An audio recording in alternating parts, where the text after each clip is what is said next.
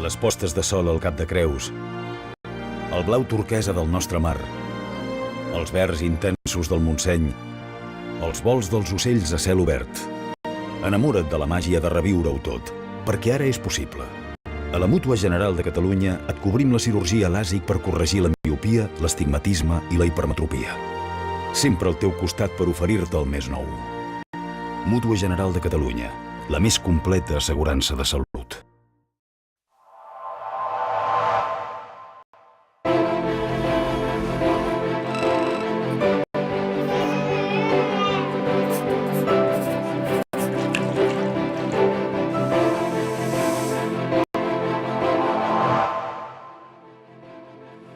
Benvinguts al Viure des de l'Essència. El nostre convidat d'avui diu: la maduresa no és l'edat dels somnis trencats, és l'edat de somiar despert. Comencem.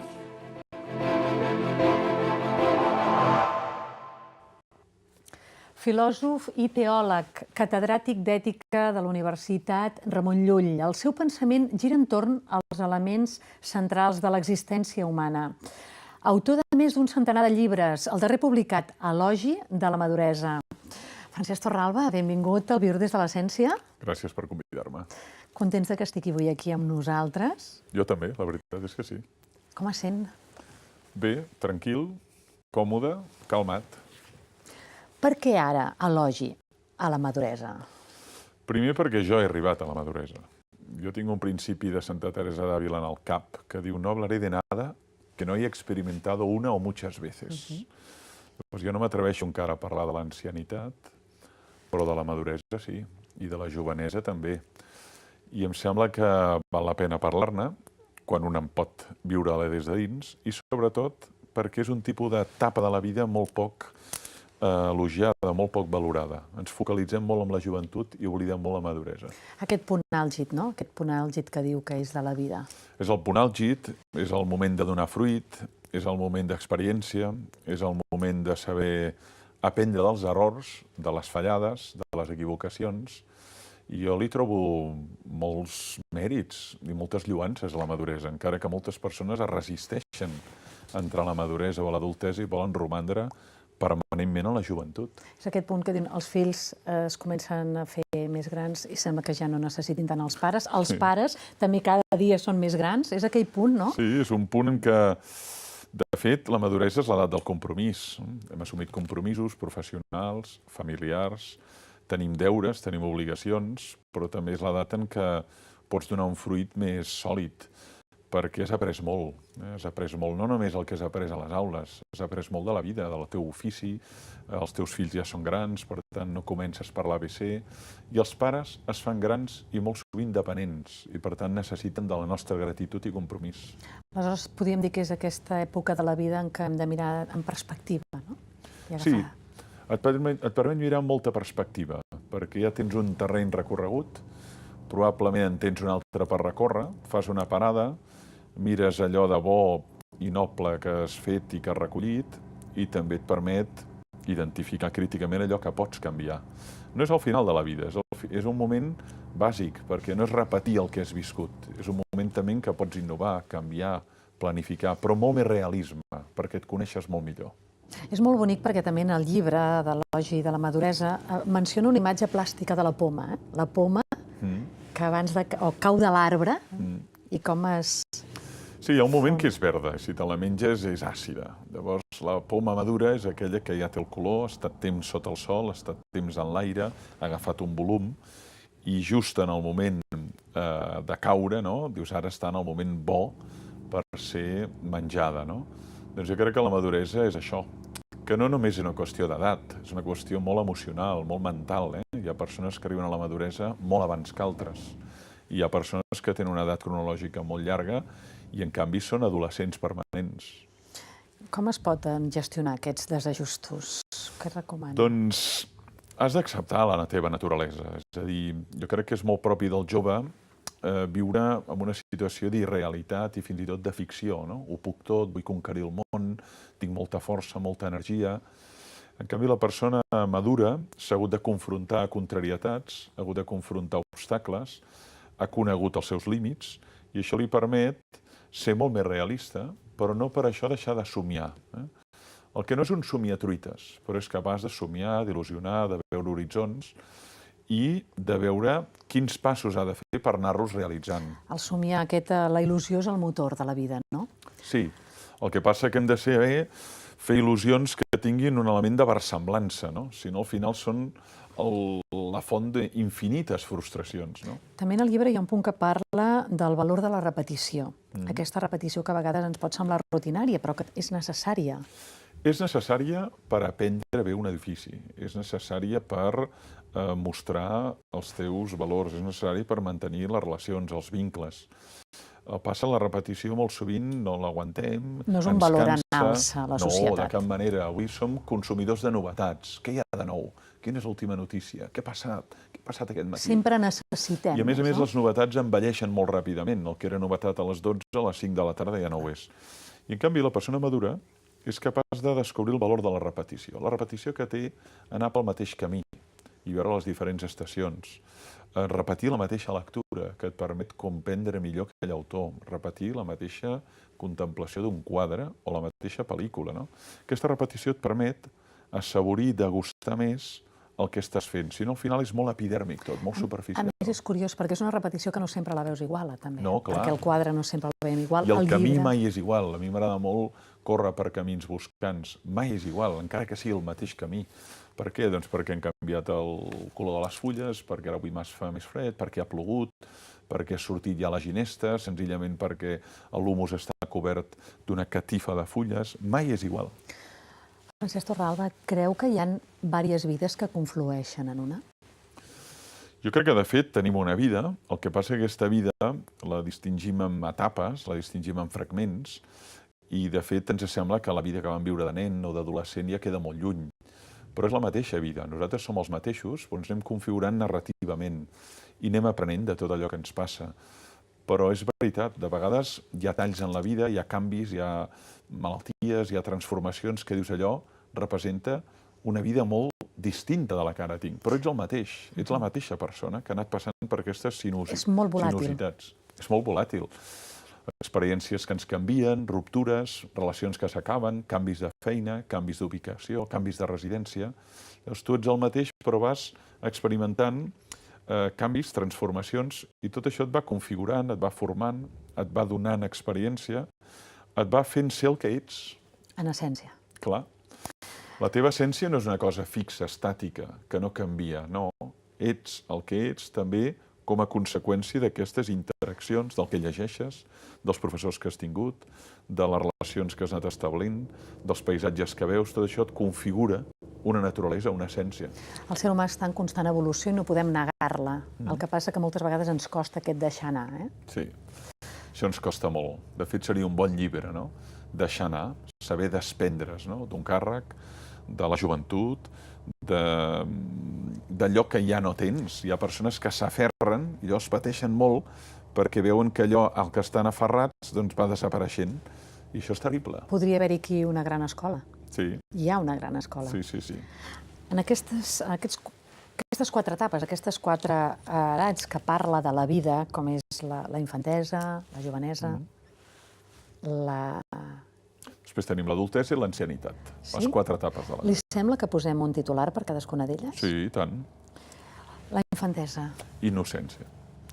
La jovenesa. Força. La maduresa. Experiència. I l'ancianitat?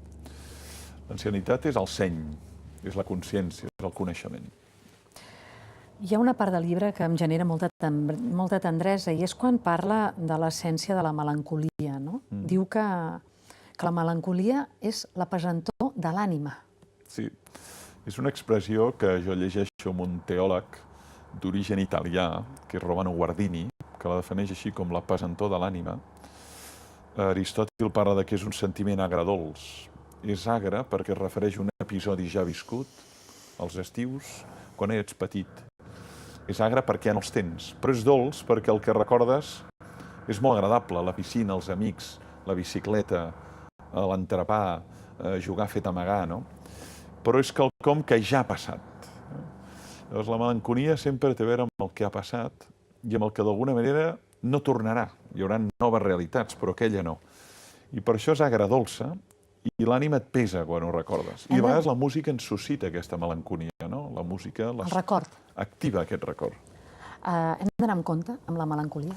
Sí, perquè pot ser molt paralitzant. Hi ha persones melancòliques que constantment estan mitificant el passat, mitificant els records, i al final acaben Ens quedem ancorats allà. ancorats en el passat i com mirant sempre pel retrovisor.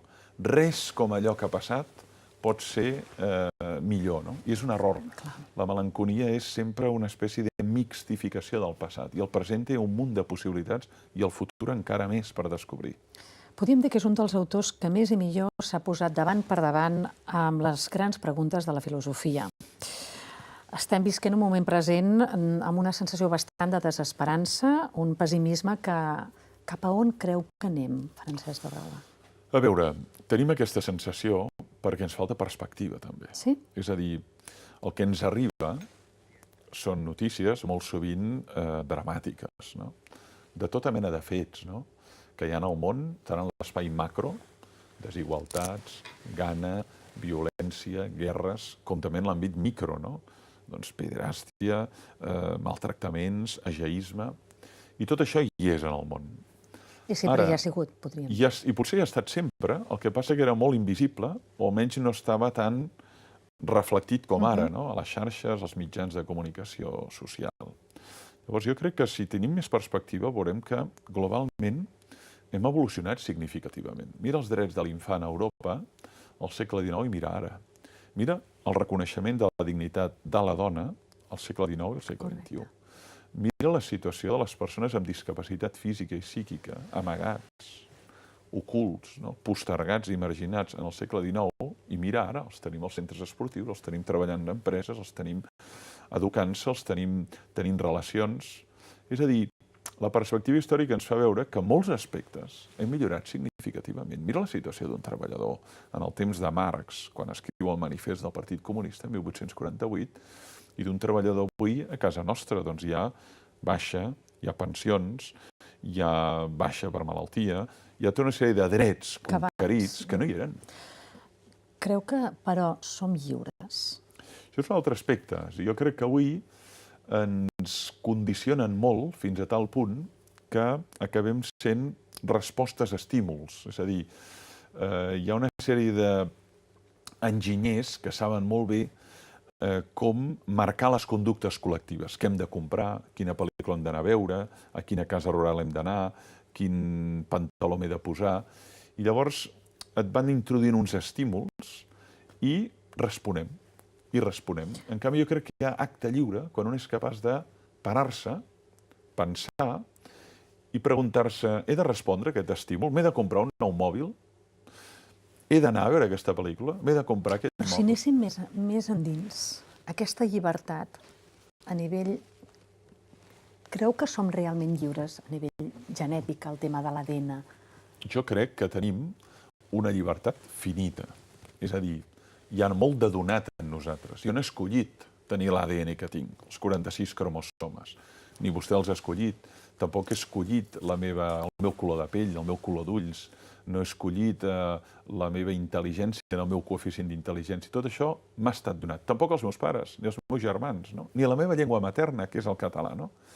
Ara, això vol dir que no sóc lliure? No. Vol dir que tinc una llibertat condicionada per aquests factors, però jo sóc capaç de prendre consciència a la meva vida i projectar, triar, escollir, fer opcions fonamentals i persistir per fer la realitat. Hi ha una part, no? O sigui, obrim-nos a... probablement a qüestionar-nos més coses?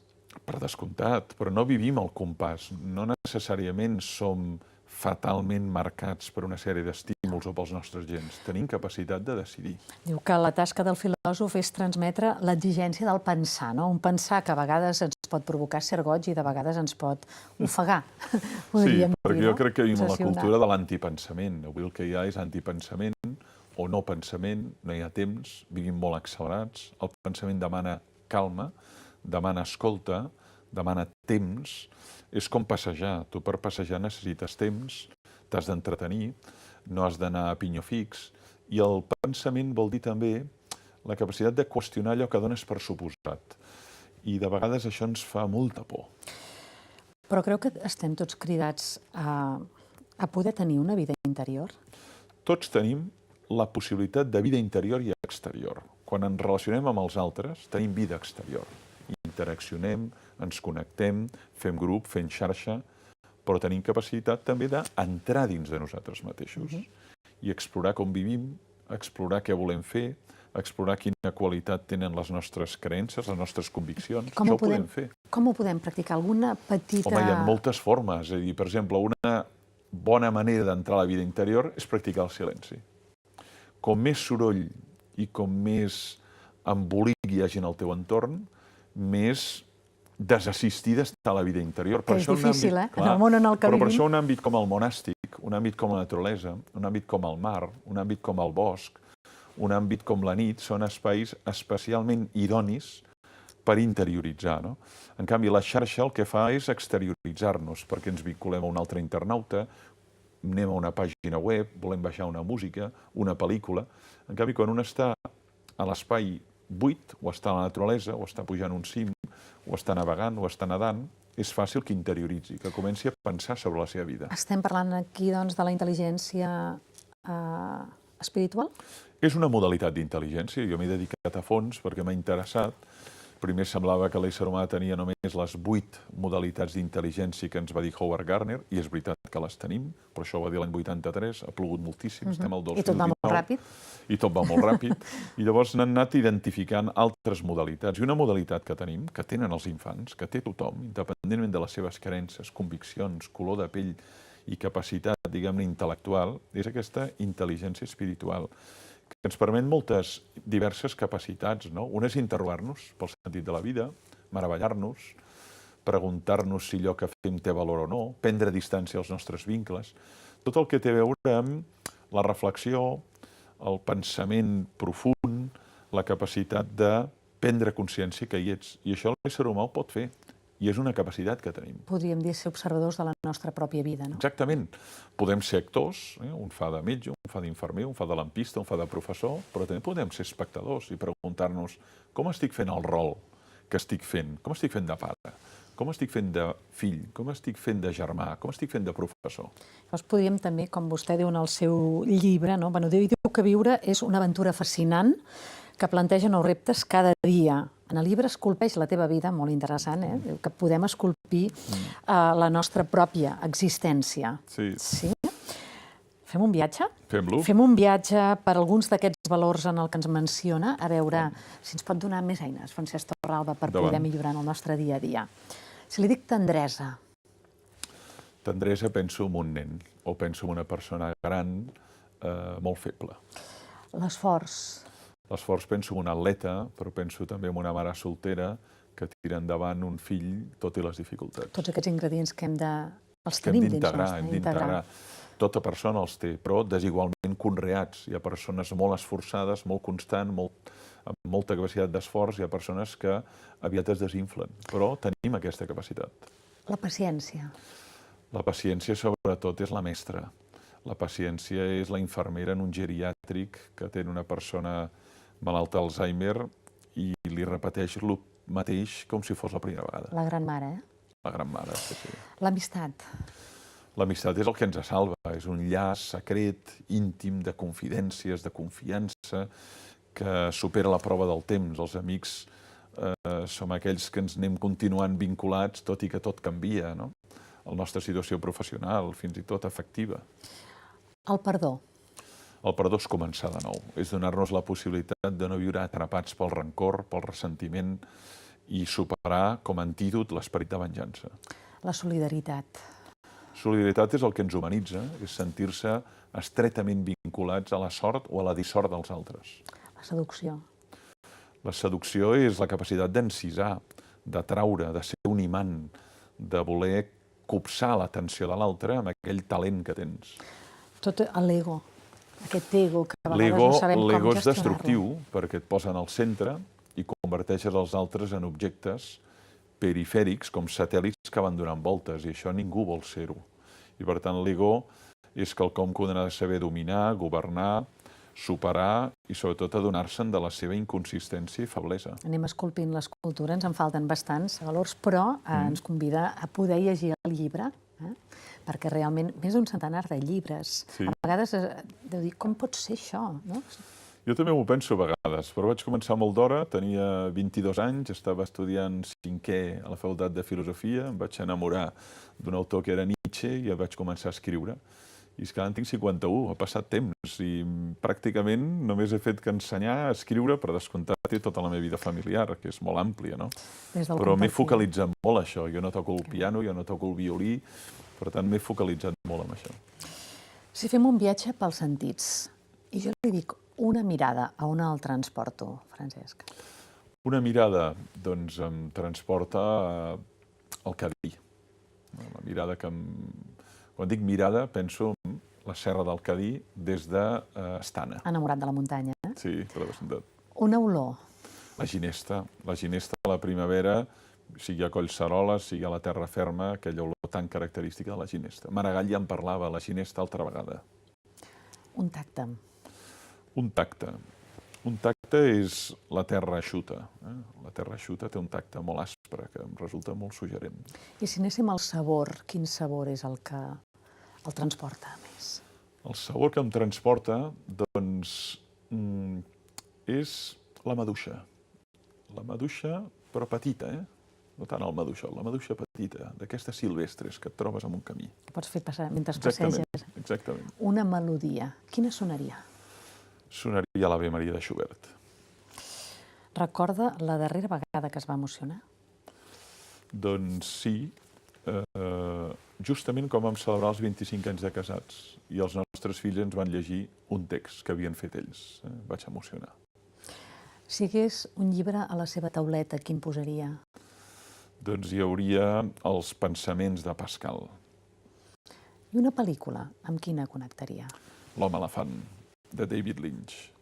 Quina meravella de conversa. M'està suggerint el fet de preguntar-li, creu que el ser humà és bondadós per naturalesa, Francesc Torralba?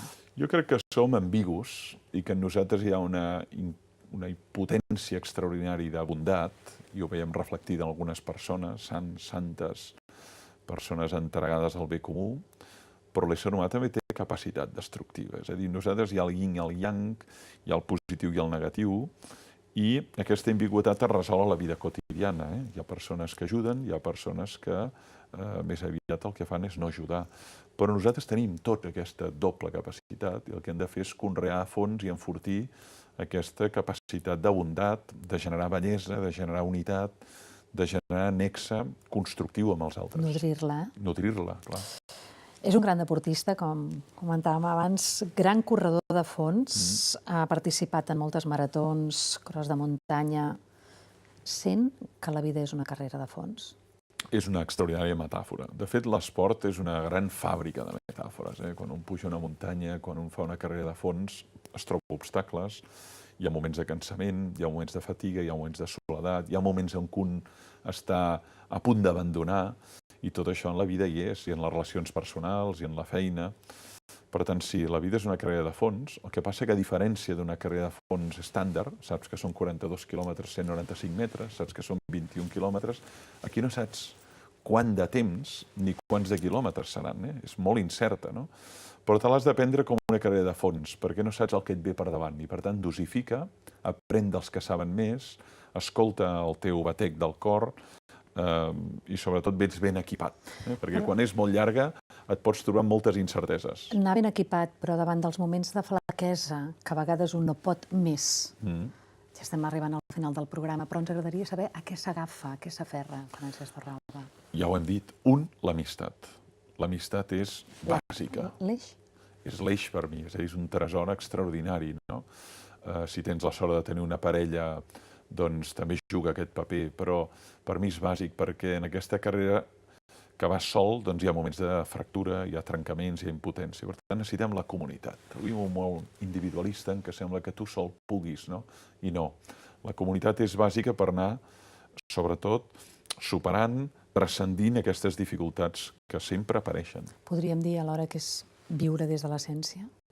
Sí, que la nostra essència no no és individual només, és comunitària. I nosaltres som la resultant de la unió de dues persones i la nostra essència seria diferent si haguéssim interaccionat amb gent diferent. Per tant, si la nostra essència és individual, és única, és singular, però a la vegada també és comunitària. Necessitem els altres per viure. Francesc Torralba, moltíssimes gràcies per haver estat avui aquí amb nosaltres. Tenim ganes de més, sé que el tornem a tenir un altre dia, perquè realment ens hem quedat amb molt per compartir. M'agradaria acabar el programa d'avui amb una reflexió del seu llibre Mar d'emocions, que diu el següent: la serenitat neix de la saviesa de deixar ser i deixar fer. Sí. És molt difícil, però hem de deixar ser i deixar fer. Deixar ser els fills, deixar fer els altres i no voler-ho colonitzar tot, envair tot, controlar tot, perquè això és no viure. Moltíssimes gràcies, Francesc Torralba. Doncs gràcies a vostè.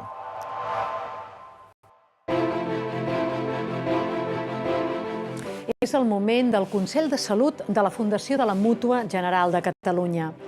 El càncer de pulmó no és un desconegut. A Espanya se'n diagnostiquen cada any gairebé 21.000 casos. En les primeres fases de la malaltia no solen haver-hi símptomes, per la qual cosa és comú que passi desapercebuda i s'arribi a un diagnòstic gairebé per casualitat, quan es fan radiografies o més proves per estudiar unes altres patologies. En general, els símptomes del càncer de pulmó solen aparèixer en fases tardanes. Gràcies als avanços en recerca, s'ha aconseguit una gran millora en les tècniques de diagnosi i abordatge que permeten millorar el pronòstic i la qualitat de vida del pacient. No obstant això, la salut és un tema d'interès comú, de manera que tots, professionals, pacients, familiars i la societat en general, hem d'unir esforços per la prevenció, amb mesures com no fumar o deixar de fumar, evitar el tabac en tots els entorns i edats i formar en la importància de seguir hàbits saludables entre els més joves. I això és tot per avui. Ens veiem la propera setmana aquí, al Viure des de l'Essència.